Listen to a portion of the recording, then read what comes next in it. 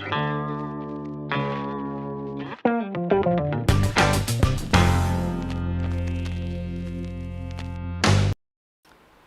akan belajar satu hal tentang namanya, kita masih di tema ya, minggu terakhir. Minggu terakhir ini judul temanya masih link heart, hati yang terhubung. Kita akan lihat firman Tuhan dari Yohanes pasal ke-6. Jelas semua orang udah pada tahu kisah ini dan gue sering ngomong soal tentang kisah ini kan. Dari judulnya aja udah kelihatan. Yesus memberi makan berapa puluh orang?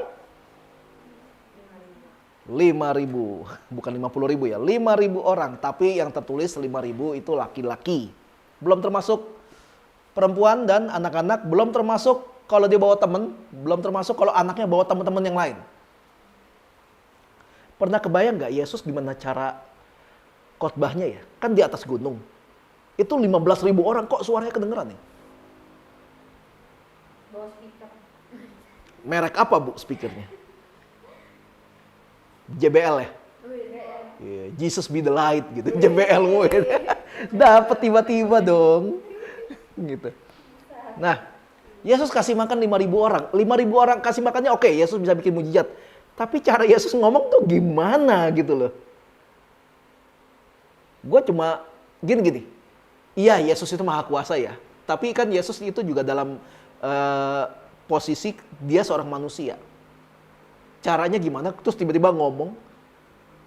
Udah kayak sinetron, ngomong dalam hati tapi kita kedengeran banget tau gak sih? Mulutnya diem, tapi kita bisa dengar suaranya. Saya rasa dia sedang berbohong gitu kan dalam hati, tapi kedengeran gitu. Terus bagaimana caranya? Nah, gue cuma bisa menebak satu cara. Kalau kalian pernah belajar ilmu fisika, kalian bisa menyampaikan sebuah pesan walaupun dengan mulut kalian, walaupun orang jauh, yaitu dengan memanfaatkan arah angin. Arah angin. Itu bisa ngebawa suara. Jadi ya tetap nggak bisa ngomong pelan-pelan kedengeran juga, enggak juga gitu loh. Tapi bisa diiniin gitu loh. Atau mungkin Yesus membuat sebuah alat khusus gitu, megafon gitu kan, jadi ngomong gitu. Jadi gitu. Mungkin ya bisa jadi ya. Nah, kalau kita lihat firman Tuhan di Yohanes pasal 6 ayat, kita baca dari ayat pertama. Sesudah itu Yesus berangkat ke seberang danau Galilea, yaitu danau Tiberias. Danau Tiberias itu diambil dari nama seorang kaisar, namanya Kaisar Tiberius. Kaisar Tiberius adalah seorang kaisar yang sangat kejam. Udah, sampai situ aja pengertian tentang Tiberias. Orang banyak berbondong-bondong mengikuti dia karena mereka melihat mujizat-mujizat kesembuhan yang diadakannya terhadap orang-orang sakit. Lihat baik-baik. Orang banyak berbondong-bondong mengikuti dia karena apa? Karena mereka melihat mujizat-mujizat yang diadakannya terhadap orang-orang sakit. Jadi mereka mengikuti Yesus karena mereka melihat mujizat. Berarti kalau Yesus tidak pernah melakukan mujizat, sekarang apa alasan kita ke gereja? Saya ini berada gede di zaman dimana kalau ada ibadah tulisannya hadirilah ibadah kesembuhan ilahi, itu bisa rame banget, bener-bener rame walaupun gak ada yang sembuh. Kan gue ikutan waktu itu, cuma kesembuhan ilahi gitu. Jadi yang sembuh hanya posisi ilahi gitu. Fisiknya belum tentu sembuh gitu. Ini gue udah ngalamin gitu kan ya. Jangan ngomongin TV-TV lah. Karena kan kalau mau ngomong itu ngomong yang kita hadir di dalamnya gitu kan. Makanya gue sering nanya gini, kalian pernah gak sih datang ke gereja yang bilang, ayo yang mau disembuhkan maju ke depan, altar call, tumpang tangan. Kalian pernah lihat gak sendiri beneran ada yang sembuh? Ya gak pernah kan? Kalian tahunya dari mana? Semua dari cerita orang. Semua dari tayangan TV. Tayangan TV pernah ada yang ngebocorin rahasianya. Ternyata ada kong kali kong. Tahu ini nggak? Yang kesembuhan ilahi di Afrika yang ada perempuan tapi badannya tuh bantet, bukan bantet maksudnya apa sih? Yang cebol nggak sih? Tuh pertumbuhannya terhalang. Terus tangannya ini yang cuma sependek ini doang. Terus waktu didoain tiba-tiba tangannya memanjang terus jadi normal. Pernah lihat gak? Itu ada di YouTube. Nah orang mulai curiga ketika ibu ini bisa berada di 3 KKR berbeda dengan pendeta yang berbeda, tapi cara nyembuhinnya sama. Dan semua disiarin videonya. Ternyata ibu ini dibayar untuk melakukan itu. Jadi ibu ini mengalami sebuah sindrom kelainan pada tulangnya. Jadi memang itu bisa masuk ke dalam, jadi kayak kura-kura, tau gak sih? Kura-kura kan gitu kan ya. Ini benar-benar bisa masuk, jadi kayak tangan satu normal, satu pendek gitu. Terus pas doain dia, ya udah tambahin embel-embel teriak aja gitu kan. Kalau kita ngikutin kayak pesulap merah, mungkin dia teriaknya, ya balonku ada 5, rupa-rupa warnanya gitu ya. Tiba-tiba manjang gitu. Dari situ aja udah kelihatan kalau ada penipuan. Jadi nggak usah ngomong praktek perdukunan di luar-luar sana lah, di gereja juga banyak. Kalau misalnya sekarang gue bilang misalnya si Indonesia sakit gitu kan, sakit apa kek, gitu kan.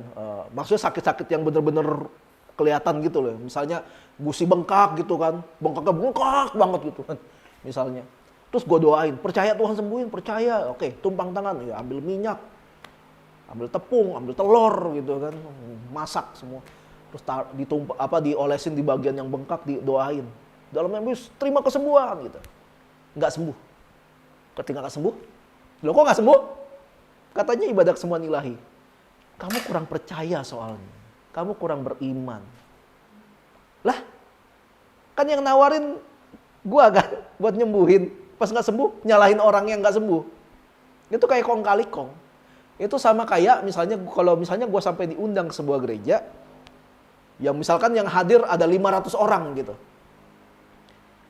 Terus di akhir khotbah biar mantep gitu kan ya, gue pakai kata-kata yang ngambang. Mari kita akan tutup ibadah kita. Yuk semua pemusik saya panggil ke depan, WL singer. Sebentar, Roh Kudus berbicara sama saya. Roh Kudus bilang ada orang-orang yang datang hari ini dengan membawa masalah. Siapa yang nggak pernah bawa masalah dalam hidupnya?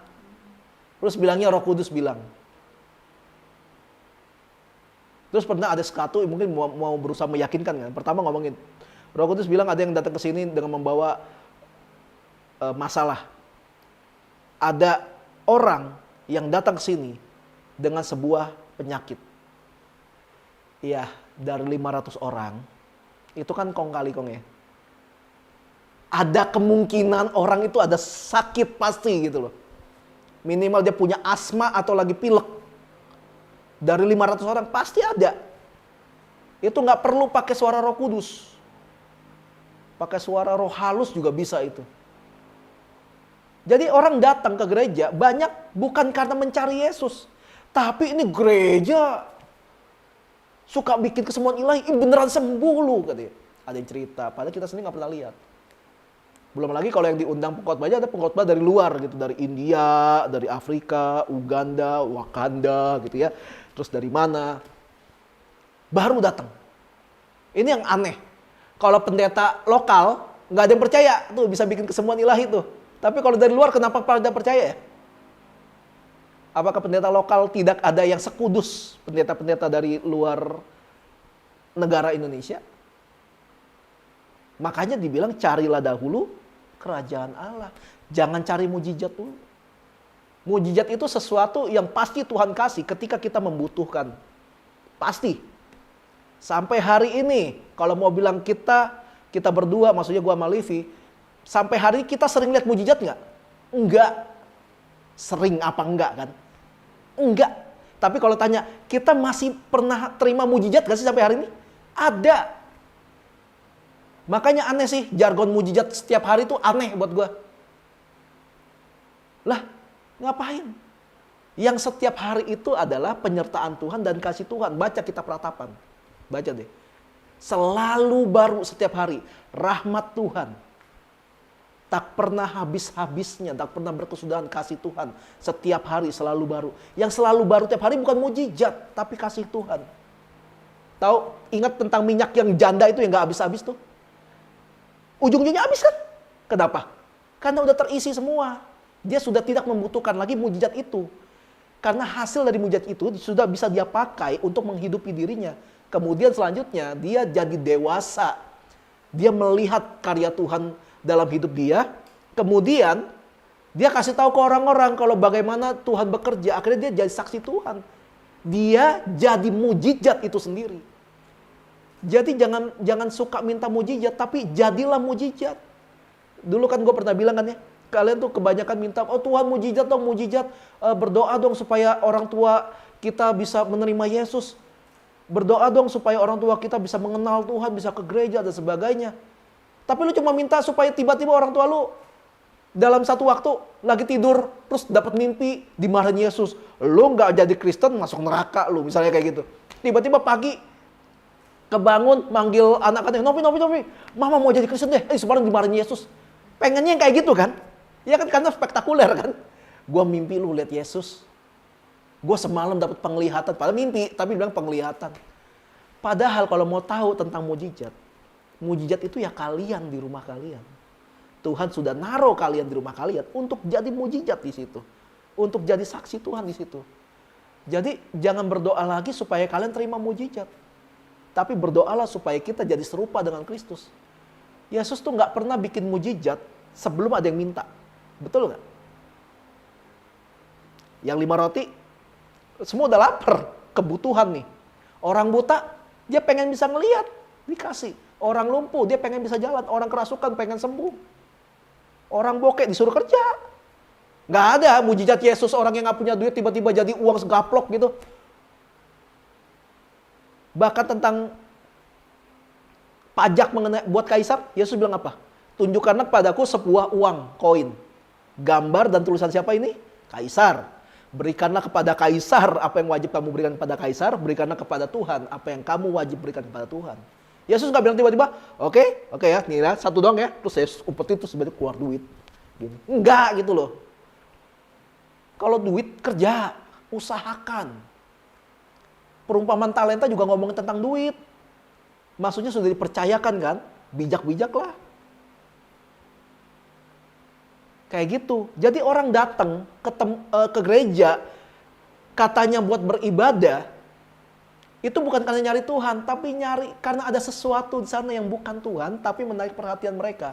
Gue mengutip satu perkataan dari seorang hamba Tuhan ya terkenal di Indonesia, senior. Saya juga hormat sama dia. Namanya Pendeta Stephen Tong. Harusnya nggak familiar ya. Dia pernah ngomong gini. Dia heran sama gereja yang mengutamakan pujian penyembahan. Pujian penyembahannya nggak salah ya. Pujian penyembahannya nggak salah.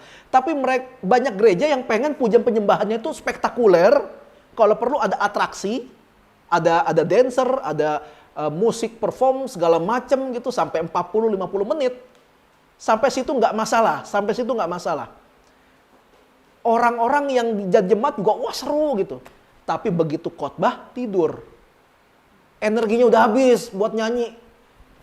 Buat loncat-loncat. Pemusik juga gini, gue juga pernah pelayan di gereja gede. Itu kalau acara kayak gitu, kan pemusik ada tempat tuh di belakang. Itu kagak dengerin khotbah. Ngobrol karena kan wah gila. Praise worship full power 50 menit sampai 1 jam. Sampai ruang belakang. Udah belum? Udah kelar belum? Gitu.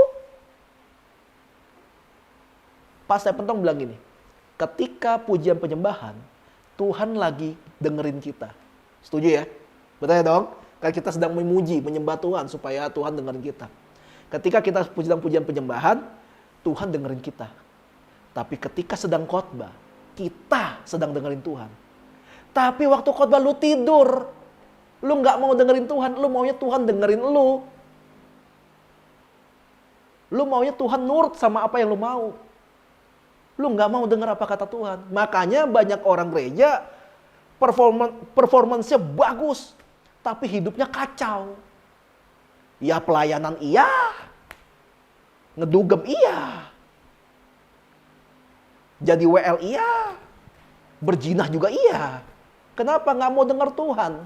Maunya didengerin. Nah itu yang terjadi makanya. Orang datang mengikuti sebuah gereja karena melihat sebuah pertunjukan, bukannya. Nah itu juga yang bakal jadi teguran buat gua sebenarnya. Gua stres banget kan awal-awal kita onsite. Kenapa? Gua berusaha di pikiran gua pengen kasih yang terbaik. Gua pengen pemusik lengkap semua. Tapi ternyata gue sedang menciptakan sebuah pertunjukan. Gue tidak membuat sebuah mesbah. Sedangkan Tuhan maunya ada mesbah di sini. Harus ada korban yang dibawa. Nah itu makanya dari situ gue bertobat.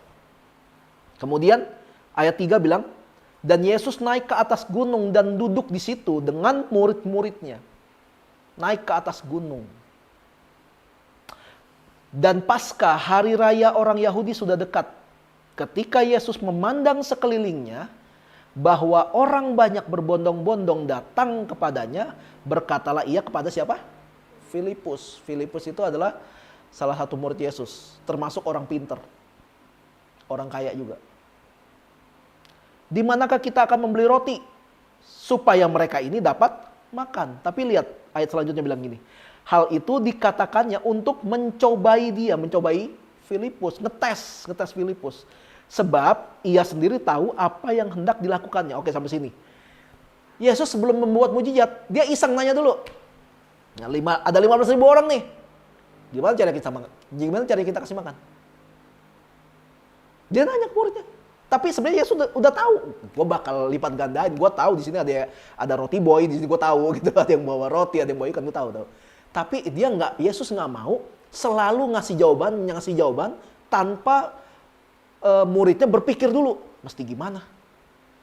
Otak kalau nggak dipakai busuk loh.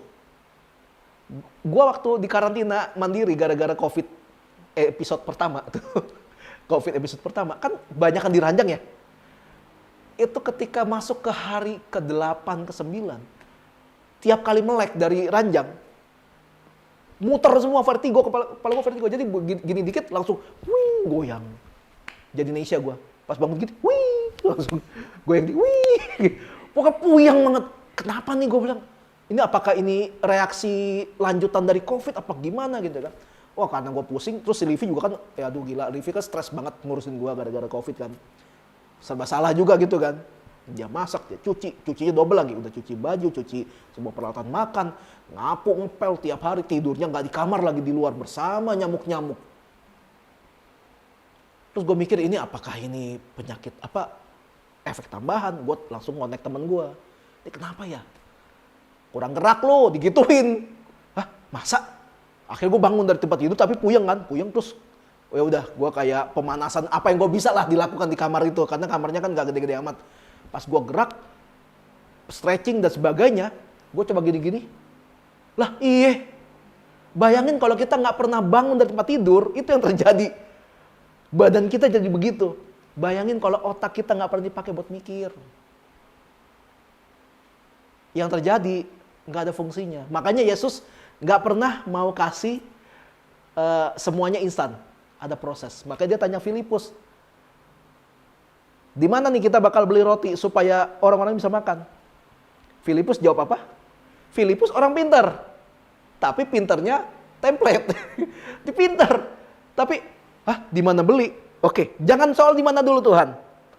Ayat 7 bilang ini, jawab Filipus kepadanya, roti seharga 200 dinar tidak akan cukup untuk mereka ini sekalipun masing-masing mendapat sepotong kecil saja.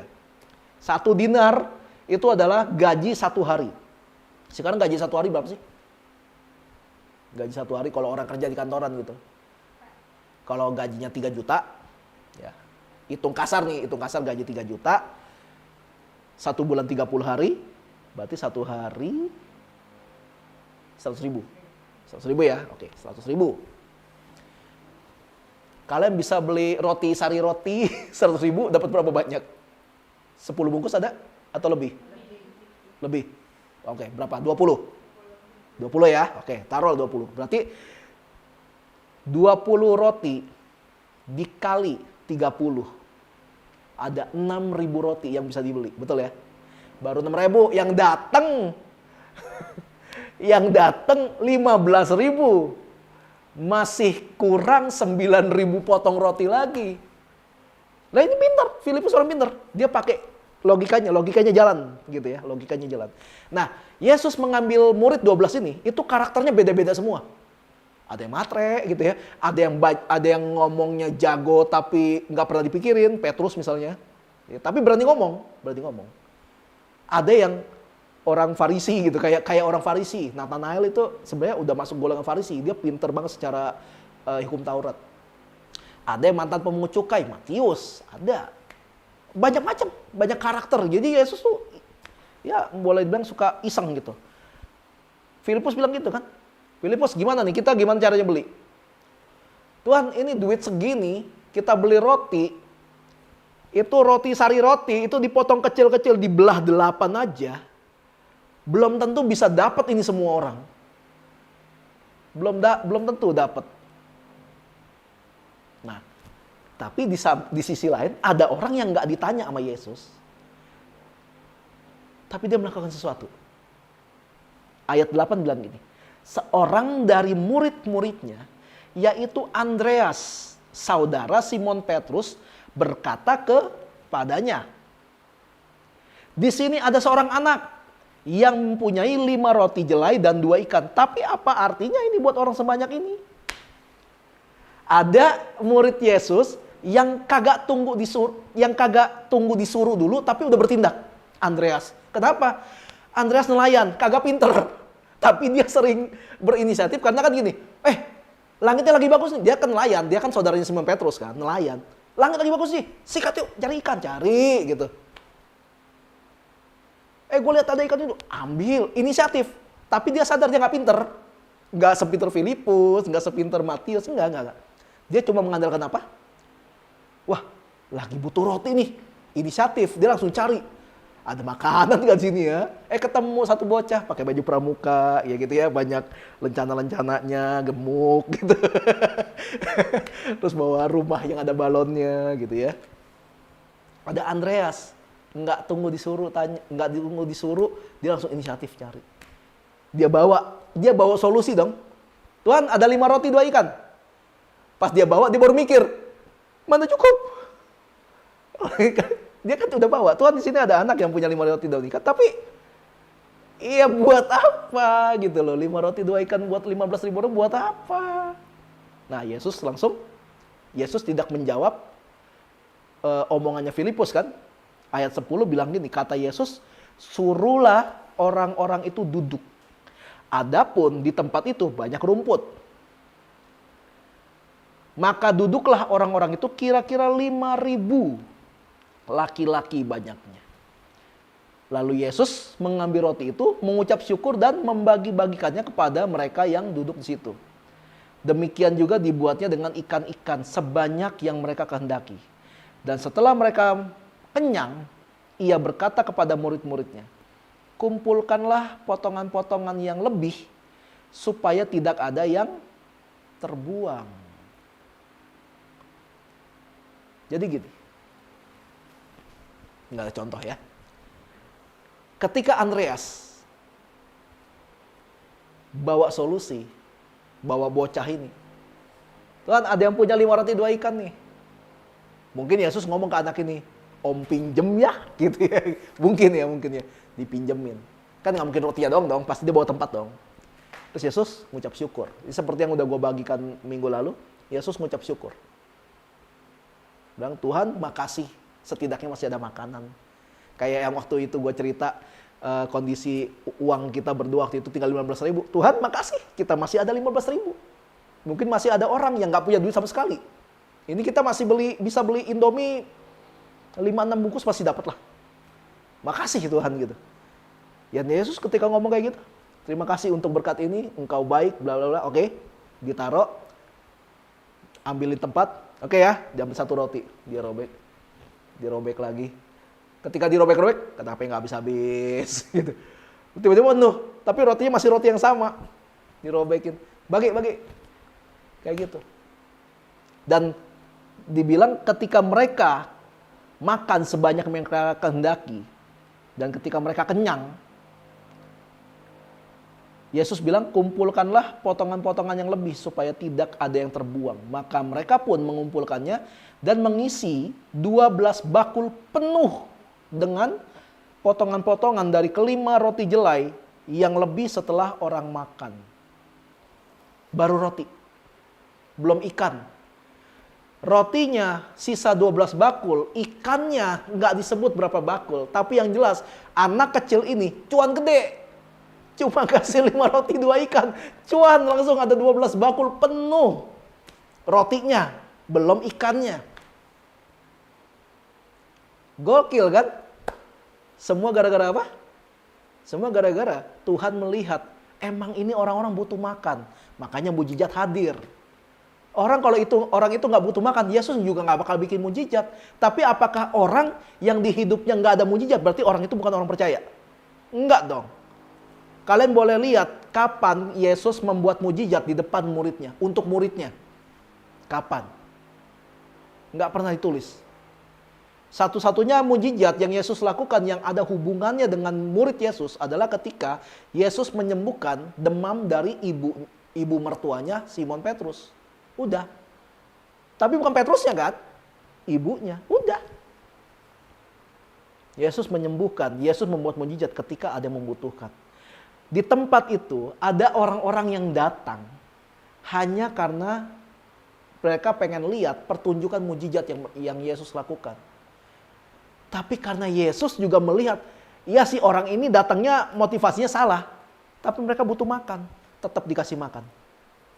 Kenapa? Karena di antara 15.000 orang itu, enggak semuanya datang karena pengen lihat mujizat. Ada yang datang karena tulus mau lihat Yesus dan mendengar ajarannya. Memang ada. Masa hanya karena ada orang-orang yang datangnya enggak tulus terus tiba-tiba Yesus, enggak, ntar gue tahan dulu. Tunggu semuanya tulus, baru kita nyanyi. Jangan cintai aku gitu ya. Tunggu semua orang ke gereja hatinya benar dulu baru Yesus mau berkarya. Masa gitu? Enggak. Yesus ngelihat walaupun di sini ada orang-orang yang motivasinya nggak benar, tapi ada anak-anak yang motivasinya benar. Gue melakukan ini untuk anak-anak ini. Tapi kalau Yesus pakai pengecualian kayak yang dikasih makan cuma yang hatinya tulus aja, berarti dia akan jadi Tuhan yang jahat. Enggak. Tapi harusnya orang yang nggak punya, orang yang motivasinya salah harusnya bisa berpikir gini. Gara-gara ada yang tulus, makanya lu juga kebagian. Berapa banyak kita kalau jadi berkat, kita nggak hanya memberkati mereka yang percaya Tuhan, tapi mereka juga yang nggak percaya sama Tuhan. Kenapa? Karena di situ ada anak Tuhan. Sebuah tempat, kalau misalnya kamu sekarang kuliah, kalau Tuhan mau memberkati tempat kamu kuliah karena ada kamu, itu kan nggak mungkin kamu doang yang diberkati, tapi seisi kampus itu juga bakal diberkati karena ada kamu di situ. Itu cara Tuhan bekerja. Masalahnya, apakah kamu tergolong salah satu orang yang cinta Tuhan? Karena yang Tuhan lihat bukan statusnya adalah agama Kristen atau bukan Kristen, enggak. Tapi apakah kamu cinta Tuhan? Baru dari situ Tuhan bisa bekerja. Lalu dibilang apa? Ketika orang-orang itu melihat mujizat yang telah diadakannya, mereka berkata, dia ini adalah benar-benar nabi yang akan datang ke dunia. Karena lihat mujizat, baru orang mengklaim ini pasti Mesias. Karena mujizat. Padahal Yesus tiap hari ngajar. Yesus bagian firman Tuhan, Yesus bagian kebenaran, tapi orang tetap maunya lihat mujizat. Kita kalau lihat kisah yang ada di Matius, yang di Lukas, Yesus bilang gini, celakalah kamu Kapernaum, celakalah kamu Korazim, sama ada beberapa kota lagi. Kenapa? Dia bilang gini, di tempat itu Yesus bikin banyak mujizat, tapi yang bertobat dikit. Itu ibarat gini, gua tuh udah baik sama lu, tapi lu gak pernah berbalik baik sama gua. Maksudnya jadi ngerti gua gitu. Tapi lihat tempat lain. Tempat lain cuma ngedenger kalau gua ini orangnya baik. Mereka langsung ngecap gua ini adalah orang baik. Mereka padahal belum pernah gua baikin. Itu kayak gitu, kurang lebih. Yesus sebelnya sampai kayak gitu. Di Kapernaum berapa banyak yang disembuhin Yesus gitu loh. Ada kisah tentang orang kusta disembuhkan. Orang lumpuh ada. Hamba dari perwira juga di Kapernaum semua. Tapi Yesus kecam. celakalah engkau Kapernaum, Korazim. Karena seandainya mujizat yang Yesus lakukan itu terjadi di Sodom dan Gomora, harusnya Sodom dan Gomora masih ada sampai hari ini. Itu kata Yesus. Itu nggak dilakukan di sana. Tapi dilakukan di sini. Tapi yang di sini, boleh dibilang secara kasar, nggak tahu diri. Udah dikasih semua yang baik, dikasih semua fasilitas, dikasih semua yang oke. Tapi nggak peduli. Pokoknya gue cuma mau lihat mujizat. Gue nggak mau jadi pelaku firman. Makanya orang kaya yang bilang, gue harus berbuat apa lagi nih supaya bisa masuk surga. Ya elah gitu doang bangga. Jual semua harta lu, kasih ke orang miskin, ikut gue. Seandainya orang kaya ini melakukan hal itu ya, gue yakin orang kaya ini bakal dipakai Tuhan buat jadi penggantinya Yudas Iskariot ketika Yudas Iskariot gantung diri. Gue yakin, tapi kan itu tafsir ya, belum tentu benar. Tapi kenyataannya kan dia nggak jual. Nah itu yang terjadi. Kita bisa lihat, ini yang ditulis cuma Filipus dan Andreas. Yesus ngomong sama Filipus, kita bisa beli apa nih buat mereka. Tapi Andreas denger dong, karena kan mereka lagi ngumpul tuh. Andreas, wah Yesus butuh makanan buat orang-orang ini. Tapi mungkin Andreas ini juga, penasaran Yesus bakal berbuat apa ya. Makanya dia cari-cari. Dia cari apa yang bisa gue lakukan untuk Tuhan, gue lakukan gitu. Waktu Filipus ngitung-ngitung gitu, ya mana cukup Tuhan. Kita beli roti, nggak bakal cukup. Andreas datang, bawa inisiatif, bawa solusi. Tuhan, ada yang punya roti, ada yang punya ikan. Bisa apa nih pakai ginian? Yesus bilang, bawa sini. Pertanyaan sekarang adalah, kalian punya apa? Untuk bisa membawa nama Tuhan makin dikenal orang, kalian punya apa? Kalian bisa apa? Bawa itu ke Tuhan. Tuhan bisa pakai apa yang kita punya buat memperbesar kerajaan Tuhan di bumi. Kalian punya apa? Dalam setiap kesempatan, gue paling sering lah ngomong sama Livi. Dalam setiap kesempatan, ketika Livi lagi kerja make up, kalau ada kesempatan untuk ngomong sampein firman, dia sampein. Mungkin nggak bentuknya kayak, wah Tuhan Yesus, bukan gitu. Tapi ada kata-katanya, ada value yang orang pas denger kayak, bener juga. Makanya kenapa banyak yang curhat sama Livi tuh teman-temannya tuh make up. Walaupun depannya harus pakai beb ya. Beb, harus gitu ya. Tapi ya itu caranya dia, itu dunianya dia. Livi punya make up, Livi punya skill make up, Livi punya skill masak. Dia bisa pakai itu untuk bangun hubungan, terus nanti dia bisa masuk dalam sebuah obrolan. Dari situ Tuhan bisa pakai kondisi itu untuk orang dengar firman. Perintah Tuhan gini, kabarkanlah Injil kepada segala makhluk. Bukan jadikan semua orang jadi orang Kristen, bukan. Yang penting Injil kedengeran. Nah, selebihnya bagaimana cara kita menginjil? Minta hikmat dari Tuhan. Tuhan, gue harus gimana? Kalian yang punya kerinduan orang tua kalian bisa percaya sama Tuhan. Maksudnya benar-benar percaya dan jadi pengikut Tuhan. Ya tanya Tuhan. Gimana caranya? Tuhan akan nanya, lu bisanya apa? Tuhan gak pernah nyuruh, tiba-tiba lu pasang salib di kamar supaya nunjukin kalau lu Kristen. Pamer, lu baca Alkitab, pakai Alkitab segede gaban gitu. Kacamata diturunin. Gitu. Enggak. Lewat tingkah laku kita, lewat hidup kita, Tuhan bisa pakai itu. Dan dari kisah ini kita bisa lihat bagaimana Andreas membantu Filipus menjadi solusi lewat inisiatifnya Andreas. Kenapa begitu? Karena baik Andreas sama Filipus itu sama-sama murid Yesus. Mereka tuh hatinya udah terhubung. Satu lagi kesusahan, satu langsung bantu. Walaupun mungkin bantuannya nggak berguna amat gitu ya. Tapi dia membantu. Andreas membantu. Kelihatannya nggak berguna kan? Cuma 5 roti 2 ikan, tapi taruh ke depan Tuhan. Kelar. 15.000 bisa utuh selama 1 minggu. Gimana caranya kalau bukan itu karena mujizat Tuhan? Karena Tuhan tahu kita butuh makan selama 1 minggu. Dan 15.000 itu bisa tetap utuh. Mungkin 15.000 itu bakal kita persembahkan buat Tuhan kali. Tuhan persembahan 15.000 nih. Nggak kepake Tuhan seminggu. Mungkin bisa aja gitu kan. Tapi kita bisa lihat ketika kita dalam kesulitan, Tuhan akan nunjukin kuasanya. Tapi ketika kita sedang tidak ada dalam kesulitan, kita yang harus jadi mujizat. Jangan minta mujizat lagi. Itu intinya ikut Tuhan. Jadi jangan ngejar-ngejar mujizat. Tapi kejar Tuhannya. Tuhan mau gua apa? Tuhan mau gua ngapain di sini?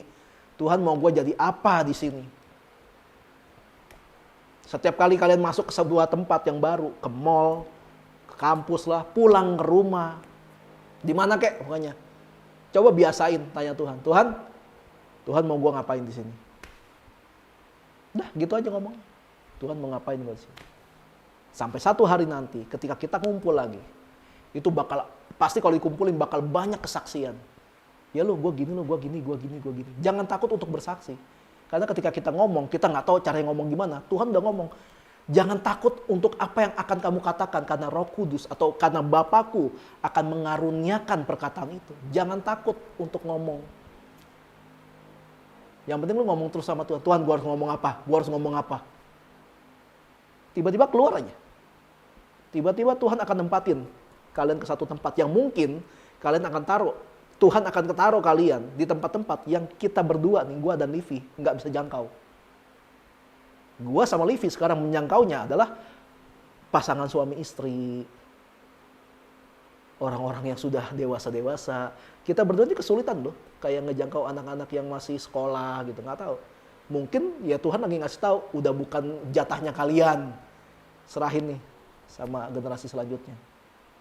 Makanya coba jadi saksi Kristus. Nggak harus sekolah STT, nggak harus jadi full timer, nggak harus.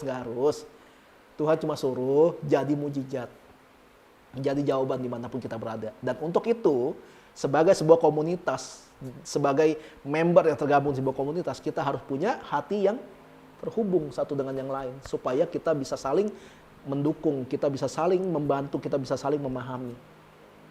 Itulah intinya dari tema bulan ini, link heart. Amin. Yuk. Tuhan memberkatimu. Tuhan melindungimu. Dia menyinarimu dengan wajahnya dan memberikan kasih karunia. Tuhan menghadapkan wajahnya dan memberi damai sejahtera.